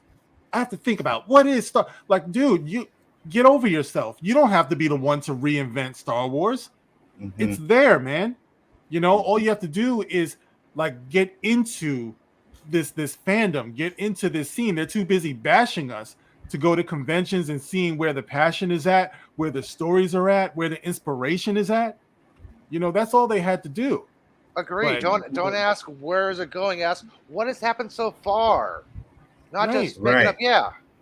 Sometimes the fans can be fickle because if you give them something, they'll say, "Well, where's the originality at? What's this? Yeah, where did this come from?" Yeah. And if you try something totally different, so it's kind of like a double-edged sword. Star Wars fans are the worst. No, actually, they're not, because all you have to do is put your art out there. You put your art out there, guess what? Some people are not going to like it, and that's okay. It's kind of like on a much smaller scale, our approach to how we do our videos. You you present yourself. Each one of us is an individual. You know what I'm saying? If you sat back before you turned on your camera every single time and said to yourself, well, I wonder if so-and-so is not going to like this, or I wonder if these people over there are going to be offended. Hell no, you turn it on, you roll out, you put it out there. That's what the thumbs down is for. You know what I mean? And guess what? You build your audience. You build your audience on people who actually do get it. People actually do like it. There are going to be people who don't, and that's cool. You know what I'm saying? But you don't waste all of this, energy, thinking about mass appeal. Once again, the hip hop reference, Gangstar. People selling their souls for mass appeal. You don't. Who the hell with mass appeal? You get yourself a strong core fan base that's really going to ride with you, and that's what Star Wars has always been. So, as it's talking about the Star Wars fans are terrible and everything. No, the Star Wars fans have always been what they've been: opinionated. We love what we love. We don't love what we don't love. You know what what's I mean? funny, Mark, is that you bring up a really interesting thing. Maybe that's what I would do if I were George Lucas. Instead of selling my company, I'd be like, you know what? And exactly what Star Trek should have done. You know what? These fans say they know what that I messed up here or I messed up there. You know what? I'm going to find the one fan I like their idea the most. I'm going to bring them up and say, you write it. I'll put the money behind it. I want to see what you want to do. Star Trek Next Generation did that with the fan request scripts, and a couple of them actually got written. Well, and that's what I'm saying, is that Star Trek, instead of writing some of the shit that they've written, they should have gone to the fans and said, what should we write then? Tell us. And I don't know. I mean, if you're in charge of it, you could look at the everything that comes your way, and then the one thing that you see, you're like, holy shit, wow, this is good. Well, I'm going to call this guy and bring him in. Okay, let's work with this. David, you can use the thumbs down button. You just can't see it, but you can exercise your right to thumbs it down. It's just a dumb thing that YouTube did. But they did for whatever reason. But I don't know if I like the fan thing, man, because you may get one or two gems, but he's going to have to go through a lot of shit. Trust me, a lot of shit. I like the fan thing because sometimes, like Mark said, some of these fans, hardcore fans, have read the books. And I'm not kissing his ass, but if Khaos was to get a chance with the knowledge that he got, I would watch a Lord Khaos movie. Because that sucker no shit. I ain't never heard of shit, and I read a lot of those books. He be coming on, I'm like, where the hell they get that from? What book? So if Khaos is a scholar. That knows what the hell they're talking about, I would like to see them give an opportunity. Maybe just do one movie. It ain't gonna be a trilogy, but I think it would be good. And you see, that's another thing too, Danny, right? A lot of these guys that they got to do these Star Wars movies don't really know Star Wars. You know what I mean? And I don't have a problem with someone like a director or a writer not really knowing what they're writing, but you go back and you research, you watch everything. If they said, hey, you got to go write, let's say a fucking Green Lantern movie, and I don't know much about Green Lantern. I'm going to go back and I'm going to read comic books. I'm going to watch cartoons. I'm going to even watch the writers and what they thought about Green Lantern when they were creating him. And I'd go back and do all of that stuff. And then I'd be able to be like, okay, now I got a grasp of who he is. But guys like Rian Johnson, he was just like, I don't care about what happened before. I'm going to do what I want to do. Like, he literally said that. Danny, Ryan Reynolds did his research on Deadpool when he was writing it. He read the comics. He contacted the fans. Yeah, he wanted to make sure fans actually understand this Deadpool. I got it right. So he actually did his research, and that's why Deadpool was such a great fucking success. Yeah, that's what you do. But some of these guys don't put in the work. I think there was an article. Some chick said she didn't know who was in Star Wars. She asked I think it was she asked an actress about being in a Star Wars movie. No, Taika Waititi asked an actress about being in a Star Wars movie, and I was like, I'm already in one. You know what I mean? Like, you didn't even know that it was Natalie Portman, right? Yeah, you didn't even know she was in a Star Wars movie. Like, really? And you got this guy to do the next Star Wars movie? That's why damn Thor sucked. Yeah, this dude trying to flex, exactly. talking about, hey, I'm going to be doing a Star Wars thing. That's actually the way he put it. I'm going to be doing a Star Wars thing. Have you ever wanted to be in a Star Wars movie? You're talking to Padme Amidala, you idiot. You know what I mean? Like, how are you qualified to do anything Star Wars? That right there. Facts. If I was Yeah, a and shot he's actually caller, talking about this like it's gosh. funny in an interview. if I was a shot Facts. caller, like, we gotta find another director because I want to know what that he was smoking. Okay, I want some of that shit. And then But that's the I way would it have is. seen Thor: Love and Thunder, and I would have definitely been okay. Nope, he is not a fit for Star Wars. Yeah. I do not want to see him touch Star Wars, bro. I Don't don't want to see him touch another MCU movie because either. Yeah, I agree. it was See, hard to that's the watch thing. Thor: Love and Thunder. Whether it's he will be sci-fi. Okay, bro. Sorry. What Yeah, you go say? ahead. Whether it's sci-fi or sci-fantasy, it starts with the people who are creating it asking us, the audience, to believe. Okay? Because we're about to see some fantastic, unbelievable shit. So we have to suspend disbelief in order to enter into this world. So once we commit to believing the unbelievable, we're going to feel a little bit passionate about that over the years. You ask us to step into this world that you have built. They call it world building. All right. So we take that challenge. Okay. I'm going to go to that galaxy far, far away. Okay. I'm going to get on the Starship Enterprise and go and explore strange new worlds. I'm going to do this. But when you do this, you realize over the years, there have been rules that have been set. Okay. So we learn these rules. We learn this world, only to come to today when they tell us none of this stuff matters. And you, the audience, are the problem because you hold us to account for the world that we asked you to step into in the first place. You know what I'm saying? It's like, this is the agreement between you, the creator, and us, the audience. But now, because you can't hold up your end of the bargain to maintain this world that you built, now all of a sudden, there's no fans worse than Star Wars fans. There's no fans worse than Star Trek fans. You know what I mean? It's a betrayal. We're the same as we've always been. We've always believed. We've always loved these characters. They're the ones who have decided to change the game and then demonize us because we recognize what they're doing. And to be honest with you, even George Lucas got shit. You know, he got shit on for the prequels. Like, I remember everybody talking about how much they didn't like the prequels. And Attack of the Clones, like, a lot of people hated Attack of the Clones. I liked it. I like the prequels. I'm a fan of the prequels. I enjoy them. Shit, I watched Revenge of the Sith just 2 days ago. So I'm a big fan of that. Best Star Wars movie, bro. You don't want to admit it. Second best. Second best. I was just watching Attack of the Clones yesterday. I like Attack of the Clones too. Attack of the Clones is good. You know what I've always felt? I've always felt that by the time the prequels rolled around, we had a lot of fake ass Star Wars fans. It's like those were not even the fans that have sustained Star Wars all of these years. It's like those are the people who were waiting for the opportunity for Star Wars to try again so they could just dump on it. You know, those of us, OG Star Wars fans, we've always had to deal with these people. The ones that'll come by and say, "Oh, you like that shit? You like Star Wars?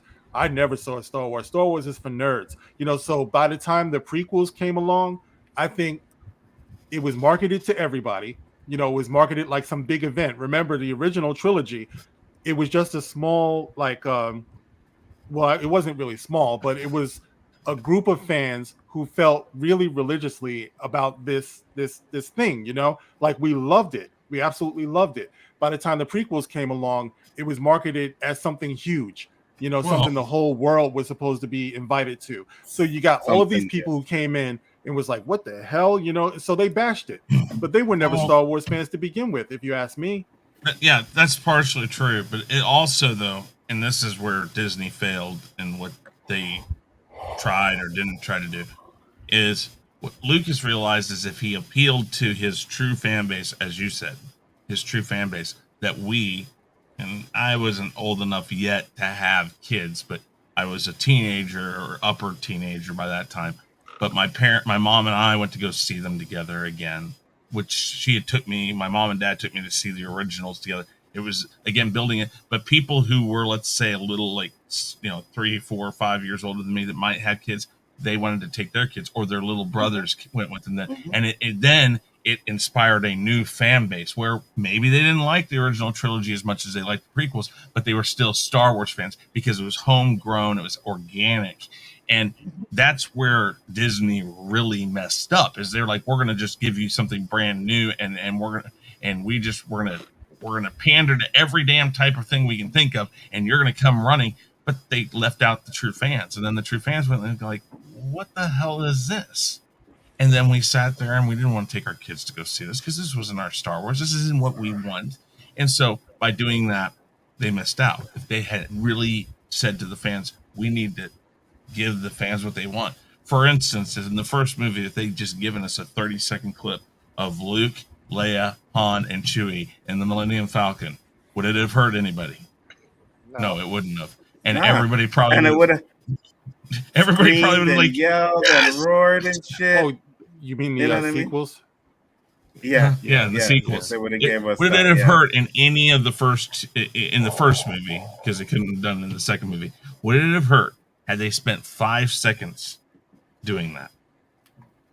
I mean, they missed out on some real easy things. All three of them should have been on some sort of mission together or something like that. You know what I mean? They should have been together. I don't care. Like, that's what I think. Oh, let me tell you, though, the evil of Kathleen Kennedy and J.J. Abrams, Rian Johnson, it's bad enough that they didn't give us that, Chris, what you're talking about, but they went out of their way to make each one of them miserable and broken. Yeah. Okay. This is something that George Lucas and even, like Gene Roddenberry, there was always this sense that there had to be optimism. There had to be a sense that it's going to be all right, no matter what kind of tight spot they find themselves in. So if you rejoin Han, Luke, and Leia after all of that time, then you want to see them being prosperous. You want to see them happy. Let the threat come at that point. But you don't have to show how they got broken off screen, how they got separated off screen and brokenhearted. That was terrible. You don't do that to a fan base, to a fandom, and then turn around and say that we're the problem. They betrayed everything that it should have stood for in the first place. You should have seen the way that they built everything back up, after Return of the Jedi. They should have been prospering, and then here comes the Menace. Then drama. Here comes the shakeup.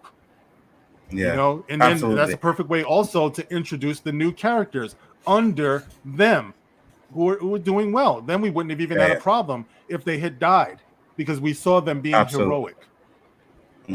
Absolutely. And you went and took all their progression and everything they learned in the original trilogy and just wiped it out the ass. Han Solo back to smuggling. I'm like, no, Han Solo's not gonna go back to smuggling after everything he's been through. I just don't get that, So they rebooted Star Wars. They let's just take everybody back to what they were when they started, except for Luke. Instead of being in the movie, was just left. I mean, completely out of it. They've done some differences, but I don't know. He was a blue milk farmer. Exactly. And the last question I have. Okay. Bro. Yeah, go ahead. No, go ahead first. Just as a real quick point, that's what Mark Hamill was saying when he says, I fundamentally disagree with the way Luke Skywalker was being presented. Luke Skywalker would not give up, and we all knew that. But go on, bro. Yeah, he hated that. You see many articles and interviews where he's saying some slick shit out of his mouth about what they did to Luke Skywalker. He hated what they did to Luke Skywalker. Absolutely 100%. But that would go on to the last question that I have is, do you think George Lucas regrets selling Star Wars to Disney? Now, remember, like Eli said, he got about $10 billion from it. So do you think he regrets selling it? What up, guys? Well, no. When you wake up, look at your bank account, see all them zeros. I don't think it has anything to do with the money. I did the right thing. I'm set for life. Yeah. My grandkids are set for life. Hey, I think he regrets it. 100% I think he regrets it, because I was watching the Light and Magic documentary on Netflix, right? And in the last episode, you see him in the Mandalorian set, and they're showing Like the fucking setup is fucking fire. They have this big wall screen and it comes around like it's like a little room, right? Where you can go and instead of like when you're editing in the process, you're doing your editing process and you gotta put the backgrounds in. They already have the backgrounds on the wall. You can switch it to what they want it to be, and they could just film the movie like that. It was fucking amazing. And George Lucas was in that. They brought him in to see it, and he was like, "Oh yeah, I thought about stuff like this when I was doing my stuff and like years ago, right?" We already know he was very ahead of his time when it came to making movies, right? Just watch the Light and Magic documentary, and you can see how ahead of his time he was, right? So yeah, he got rid of the black matted square in the space shots. Yeah, because you can easily yeah, see those. yeah. And he got rid of that. Yeah. And so for me thinking he's walking in there and he's probably thinking, man, the things I could do right now with Star Wars. I and then seeing the shit show that they did, I think he regrets it. He was present when Danny, he was already set for life, bro. You're stuck on the money. You're stuck on the money. I am, bro. I am. You got to think like a creator, bro, like an artist. All right, creating. not just. If I got and 10 I'm with million you. bucks, I could do a lot of creating. That's all I'm saying. Your question is, what is your exact question? Do you think he regrets selling Star Wars? No, he does not regret selling Star Wars. He may regret selling Star Wars to Disney, but he does not regret selling Star Wars. If he knew what he knew now, he would have sold it to a different company. He would have sold it probably to Fox. Yes, I know what that means, people. But at the moment that he would have sold it, it would not have been in Disney's hands. And they would have gotten it eventually because of Fox, the Fox buyout. But I'm just saying that the other high contender in that time period that rumor had was Warner Brothers and Alan Ladd Jr., a couple different names that came up, had talked about. I'd have to ask myself, though, would I want to sell it to Fox too? I don't think I'd want to sell it to Fox either. Listen, Chris, he was done. Too. He was done. Chris, the guy from Warner Brothers really wanted it because Indiana Jones was part of the deal. They wanted Indiana Jones. And that's my point, is that I think if he has any regret, it's just who he sold it to, not that he sold it. So if the question is just, does he regret selling it? The answer is no. He doesn't regret selling it. He may have regrets on who he sold it to. That's the only thing I would think, because I think, honestly, it's like a proprietor of a restaurant. If you're going to sell your restaurant, typically what a lot of them do is try to find somebody on the inside. And I know that nobody on the inside of Lucasfilm would have had the money to do it, but at least if they had found somebody inside that could have gotten the backing, which I don't know, because again, Kathleen Kennedy, it wasn't the answer for sure. So, no. But I don't think he regrets selling it. I just think he regrets who he sold it to. Maybe. What do you think, Mark? I think he regrets it. Good point. George Lucas is notoriously been known to say things about people and things about other people's movies and stuff because he just doesn't like other people's stuff. So he may have said that white slaves, or the white slavers or whatever, about any company that took it over. It's like poetry. It rhymes. Yeah. Well, sure. I think he more or less said that because he gave them the outline and they were like, fuck it. You know what I mean? And I believe 100% he was under the impression that they were at least going to do something with the outline that he gave them. And they did nothing with it. Nothing. Threw it out. I mean, there's some that's on him, because if he was that's on him. If he was so meticulous and made sure that he got all the rights to the merchandise and all that kind of stuff, he should have put in there some kind of caveat or something. Hey, for the next X amount of years, or whatever time frame you want to put on it, you're going to follow my treatment. So I am going to be in the capacity. I have some say so in the final product. He should have put that in writing. When he did that and shook hands and didn't put it in writing, then essentially he kind of fucked himself. But I agree with you. I respect your opinion, Road Comics, but I really disagree with that. Okay. Oh, I always disagree with that. Not you, Danny. You, Danny. Oh. Mike, here. There's only 3 Star Wars movies worth a damn. Star Wars, Empire, and Jedi. Let's not pretend. You're going to leave off Revenge of the Sith? Really? You know what Yeah, I mean? Like people just say the prequels, like there's not some gems in there. You know what I mean? I love Attack of the Clones. I love Attack of the Clones. That is the best one out of the 9. The one that I do not like is Phantom Menace because it just I don't like the kid in it. I think he acts horribly. It's so cookie cutter the way he talks. It's horrible. He was better Marine than an actor. Darth Maul alone saves that movie. What? Yeah, you don't like Darth Maul? Darth Maul, yeah, Darth Maul was Darth Maul alone saves that movie. That's what I'm talking about. You know what I mean? But Revenge of the Sith is a movie that makes you question your rankings. If when it came out, it really made a lot of us go back and go like, wow, where do I put this one? And no, I don't think it's the best one. I don't think it's the best one, but it's all right to be wrong. Damn good. That's the second best one. Go to your mirror, Danny, and look in the mirror and say that to yourself plenty of times. I'm good enough. I'm smart enough, and gosh darn it, people like me. Say that too. I think you need to hear that too. I'm saying that to you, buddy. That's it's like watching. Because I'm not wrong. Starts like watching the old Star Trek from the 60s. You watch the old Star Trek from the 60s. You have to give them a lot of allowances. You know what I mean? Because like I said, if you ever saw like Kirk fighting from a distance, clearly it wasn't William Shatner. It was a stunt man. Yeah, and some of time. and some of the creatures, the outfits, the special effects. But it became a classic because we knew the themes that were being explored.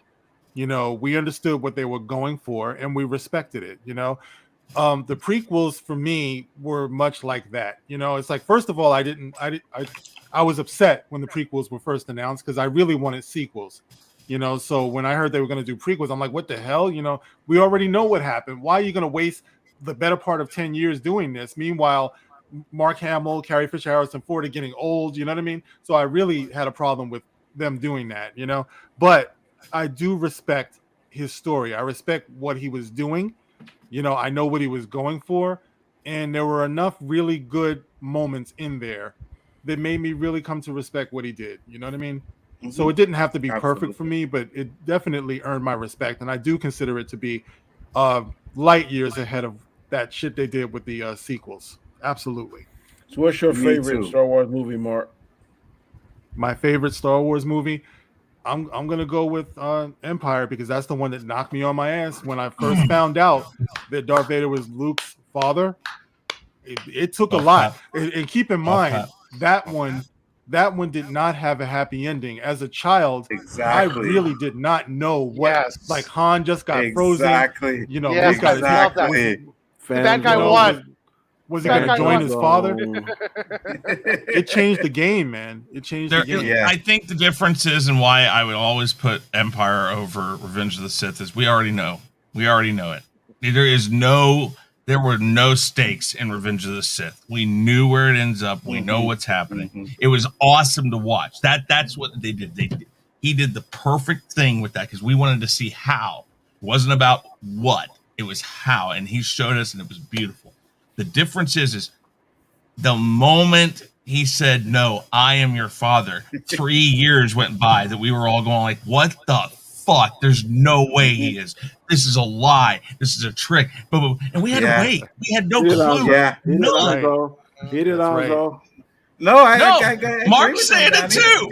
That was the difference between the two movies. I agree. It's Empire. No Empire stakes. is the best Star Wars movie ever, man. It's just everything about it from start to finish. Darth Vader walking around like he's a bad man. You know what I mean? It's just everything in that movie. Even as slow and sluggish as that fight scene is on the Cloud City, dude. When Darth Vader comes out in that one part, just going, and Luke has to duck it. Yeah.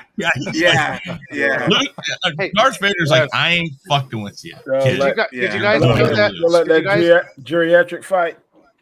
You know what? The difference is, listen, you would have never, if they hadn't had the geriatric fights, you would have never gotten your prequel. But I saw it. I can't unsee it, man. The dude on the face, man. guys. Oh my uh, god. You Mark put on the Hamill- damn guys, suit and get robotic legs and everything, and then you try to fight. Oh my See how well God. you do it. Guys, Mark Hamill said it best. George Lucas is a great director because the first time you see Vader, he went to George and said, "Hey, oh, should we have like a conversation like, hey, here comes the bad guy, here comes the main bad guy, the evil Sith guy." George's like, "No, we're just gonna have some scary music. People will understand." And Mark's like, Yeah. "Wow." And keep in mind the foreshadowing. This is something that the sequels did not do at all. They didn't do any foreshadowing at all. But in Empire Strikes Back, Luke was about to abandon his training. You know, he was getting all types of warnings. He went into the cave. You know, he saw his face in Darth Vader's helmet.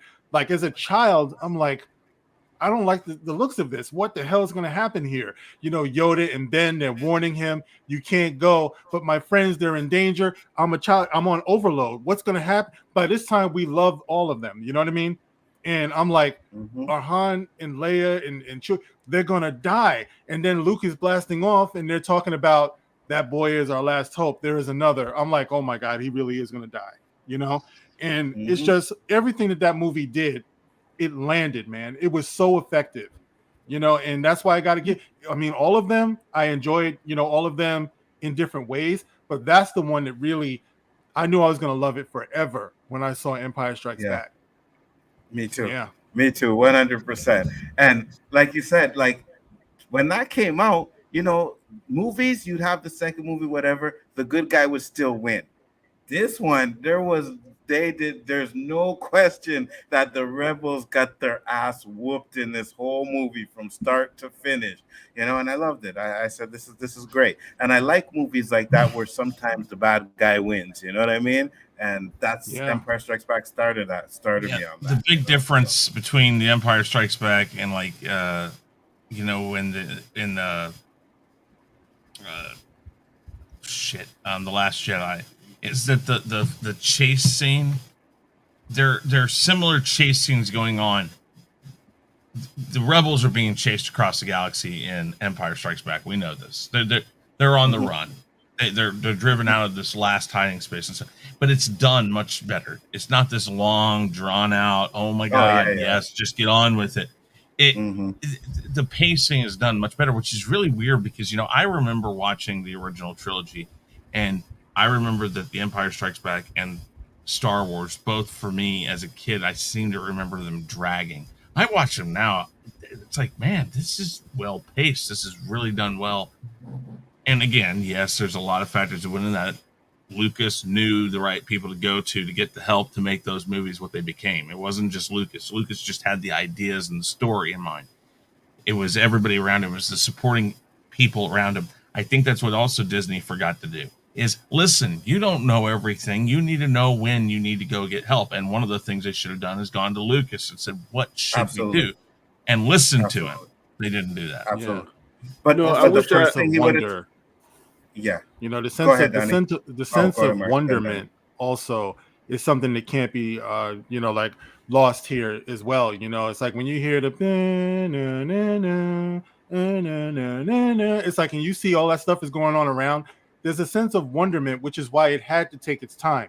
You know, when you talk about the lightsaber battles in the original trilogy versus the other ones, it's almost like walking zombies and running zombies. It's like back then there was a sense of wonder of what these things could do. It's a good analogy. You know what I mean?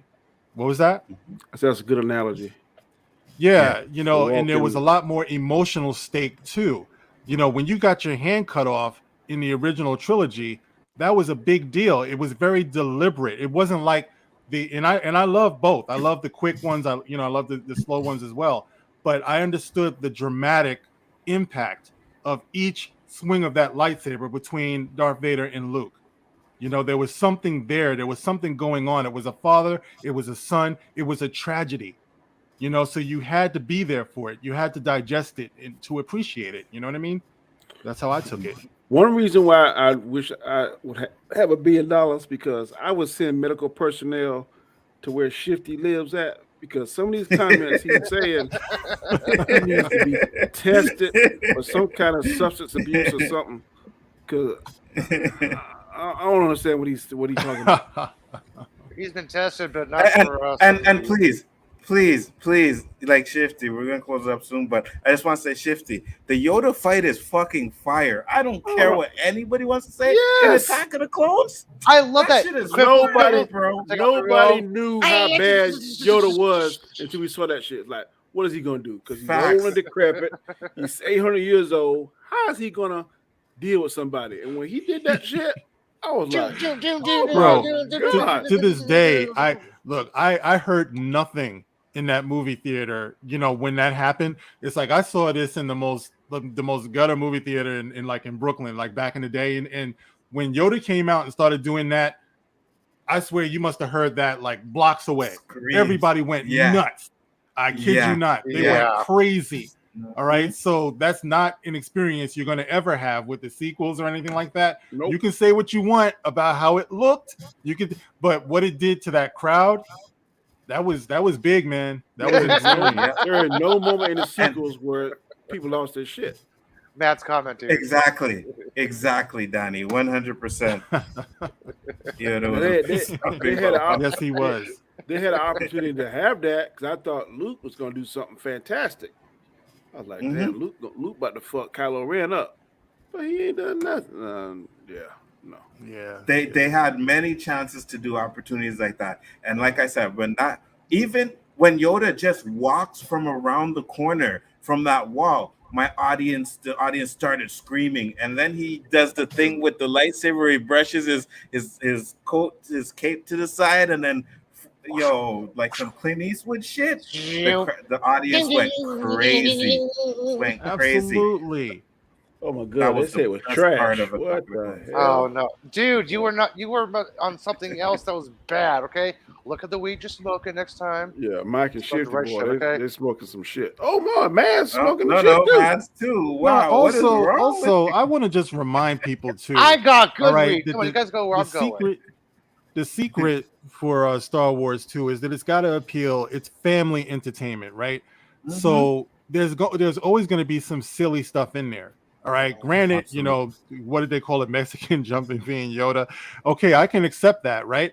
But kids really love that stuff. You know what I mean? So it's like if you're a kid at heart or you're a child, then you're probably thinking to yourself, "Oh my God, it's Yoda! Look at this! This is cool! This is great!" Nice. Like that's part of the appeal too. It's like it's like people who want all of their entertainment now to be dark. Everyone loves dark Superman. They love dark Batman. There's got to be room for playfulness, I feel that Star Wars, which was based on Saturday morning serials, I'll always say it.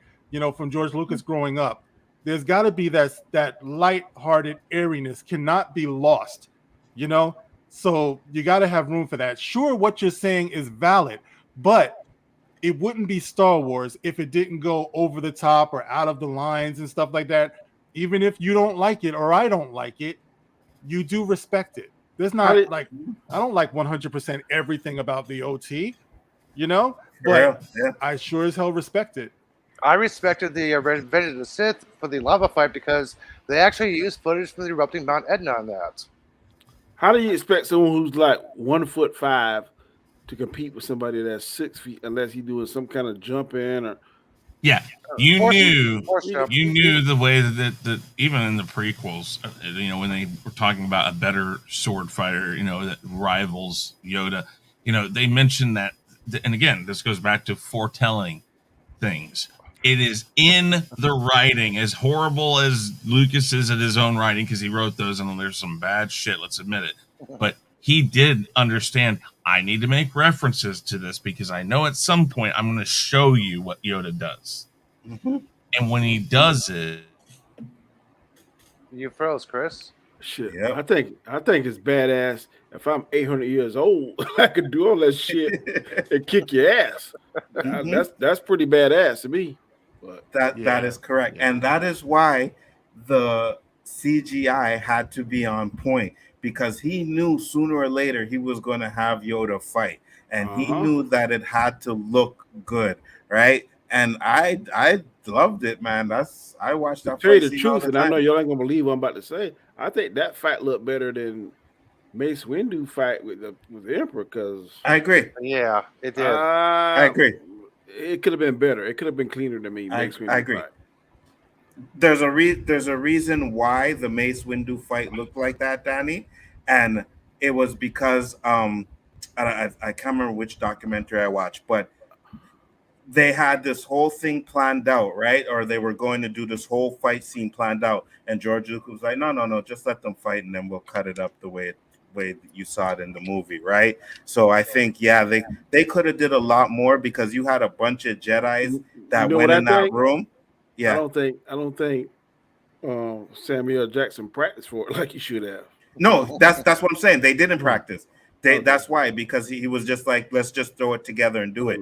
They were supposed to have this big practice fight scene, and that didn't happen. So that's why it came out that way. He should have been having the most deadliest lightsaber style. It should have been fantastic in my opinion. But he chose purple so he can see where he is in the crowd. I understand that. I'm just talking about the fight style. It should have been something. It should have been something crazy we never seen before. I agree 100%. And Chris is having issues right now. It's okay. We're gonna close it up now. We'll get a final thoughts in there, man. It was a great show. Appreciate everybody that came on. What he said, there's no good sword fights in the prequels. They're all over choreographed. It's like, what are you talking about, Shifty? Are you high? You mean to tell me that the fight between Qui-Gon and Obi-Wan and Darth Maul was trash? Was too over choreographed? No, man. Those things were fire. I would disagree with you. Come on. But this is why we always say Shifty has them takes, man, where you can't really take what he says seriously, you know? Shifty is smoking some serious ganja, bro. I don't know. I got better shit. Come over here, okay? I don't know what brand it is or what strain it is, but you need to throw that shit in the trash, bro. Dude, I have Green Dragon. Butter OG. All right, guys. We're gonna shout out our channels. Chris Knight had to go, so make sure you check him out on the Real Review 3000, which is his channel. Plus, we also do the Khaos Central stuff. Tomorrow night will be the Rule of Three. We'll have our final 5 on there too, so make sure you check that out. Danny Graham, shout out your channel, please. I'm Danny AK Comment Chat. You can find me here on this channel with Anzo and Chris. We're trying to put stuff together, make content, man, make you think, make you create a conversation. Tonight was fantastic as usual. I'm sure tomorrow will be good as well. We're gonna slowly try and get back into that sports channel on Square One. Football season is cranking up. I'm starting to watch a little bit more Skip and Shannon, a little bit more Stephen A on First Take, trying to get ideas and questions. So check us out. If not this Saturday, it would definitely be next Saturday. We're gonna get that train back on the track. But thanks for the invite tonight, man. I appreciate it. No problem. Can't wait to talk some sports again, man. Because I've been watching these stuff, and I'm just like, I want to talk about this. So it's gonna be good to get back into sports. Mr. Knight, I already tried to shout you out, but now shout out your channel, sir. Yeah, Real Review 3000, and again tomorrow night, the Rule of Three. We have 5 factor fictions. I'll have to go back through and make sure none of them were answered. I don't think they were, but we'll go find out. Actually, I bet you I know one we could answer, but we'll have to talk about that tomorrow. 3 questions, 3 minutes, guys. Check it out. Basically, I don't know what I'll have for tomorrow. I know there's some stuff out there. I like to have at least one controversial-ish topic and maybe a couple little just easy softballs. It just depends. We'll have to see if there's any cops that shot anybody over the weekend or something. I don't know. Well, there was a shooting at Six Kidding, Flags. Danny. Kidding. There was a shooting at Six Flags, so. Well, that Damn. Yeah, that's called stupidity. That's not. But, Eli, no. you're next. I hate to agree with Shifty-gasm, but Obi-Wan could have ran past the gates because in the Phantom Menace, they had that super speed running away from the destroyers with shield, so he could have run past the gate.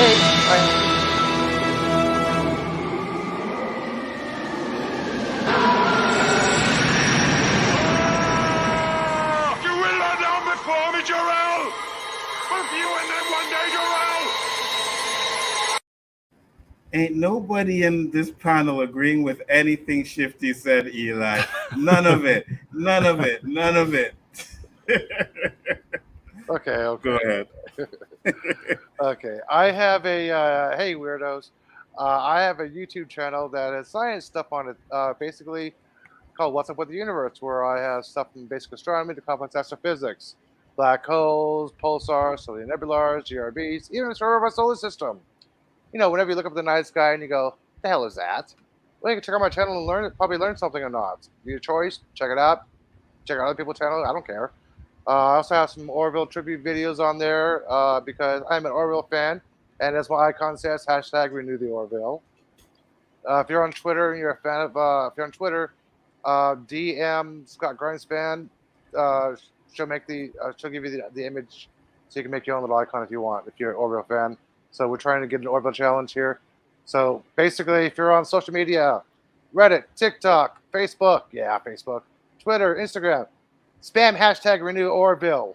This is our Twitter. This is our Orville challenge. Worked for the Snyder Cut. Mark, go ahead. Shout out your channel. Yes, Mark with a C. He is I and I am he. Just come on through.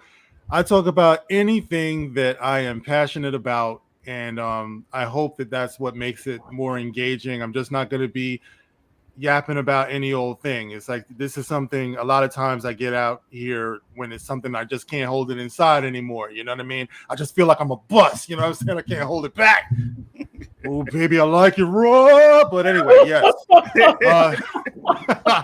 It's what I do. I am 1/6 of the Dark Council. You can catch us on Drunk 3PO's Basement every Wednesday. Well, not this one, but we're going to take a break this week. But basically every Wednesday, 8:30, Drunk 3PO's Basement, 8:30 Eastern, that is. And we throw down, man. And that's I like to think that coming by my channel will always be a worthwhile endeavor. You know, not enough people do it. Be different. Watch my videos. Come on through. You're always welcome. And you're always welcome with your differences of opinion, too. I always find it very fascinating. Absolutely. And thank 100%. you, guys. Thank you for having me on. Oh, thanks for coming, man. It's always a pleasure to have you on here. Dandelion said, wow, that's a long show for there to only be one Phantom Zone. Yeah, I agree with you. But no one said anything really bad until Eli at the end. And this one here, Renew Raised by Wolves also, no, that show is garbage. It's caca. Don't like it at all. So that can stay on the chopping board. Dude, that can go. But with that being said, guys, peace, love, and hair grease. See you on the next one. Tomorrow night will be the OOC and the Rule of Three. So make sure you check that out. We out. Peace. I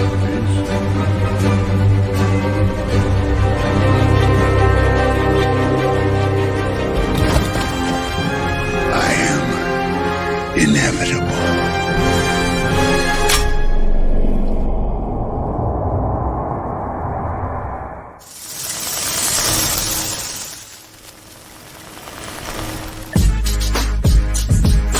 Alright, the Khaos List. Tuesday nights, 9 o'clock Eastern Standard Time. Alright, Anzo, here we go. Take N and Z, then throw in a O. Anzo's the name, and this is the show. It don't matter what the haters say, cause everybody knows at the end of the day, the Khaos List comes on Tuesday nights. Describe it in word, dynamite. He brings fire to all the masses. He rocks a hoodie, a snapback, and a pair of glasses. Khaos List is the second show of the week. Questions so fire that they make you speak about issues that are universal. We talk about shit that's controversial. Sit back, chill, enjoy the show. His crew is ready. And here's Anzo. Peace. Woo! Tuesday nights, 9 p.m. Eastern Standard Time. The Khaos List. Do not miss this. I'm gonna say that one more time. Do not miss this. Peace. Is there any stuff?